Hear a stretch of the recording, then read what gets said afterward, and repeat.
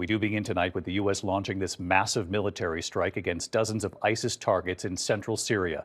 Retaliation for the deadly ambush that killed 2 American soldiers and their U.S. interpreter. Tonight, U.S. Central Command says American forces are actively executing a large-scale strike against weapons and ISIS infrastructure.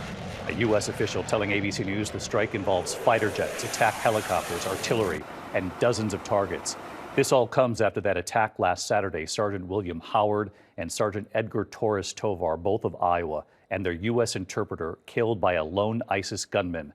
They were the first U.S. combat deaths in Syria since 2019 and since the fall of President Bashar al-Assad.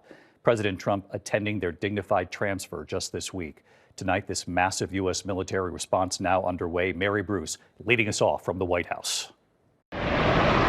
Tonight, the video just coming in of the massive U.S. attack on dozens of ISIS targets across central Syria. Retaliation for last Saturday's ISIS ambush that left 3 Americans dead, 2 U.S. service members and their civilian interpreter. U.S. fighter jets and attack helicopters unleashing airstrikes, missiles and artillery hitting ISIS weapons facilities and infrastructure, according to a U.S. official.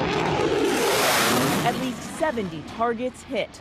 President Trump tonight saying the United States is inflicting very serious retaliation, just as I promised, on the murderous terrorists responsible, adding all terrorists who are evil enough to attack Americans are hereby warned. You will be hit harder than you have ever been hit before if you in any way attack or threaten the USA.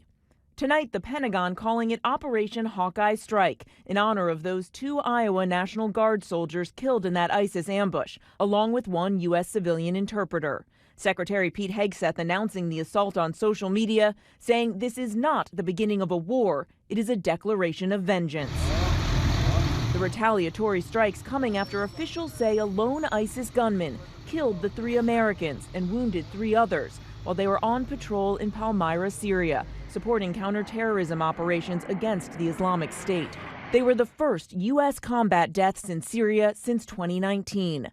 It was just 2 days ago that their remains were flown back home to the U.S., the president there with their families for the dignified transfer at Dover Air Force Base.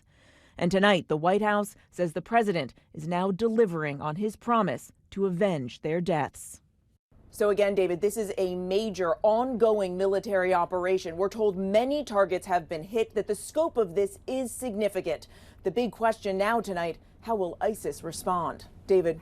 Mary Bruce leading us off with the breaking news tonight. Mary, thank you.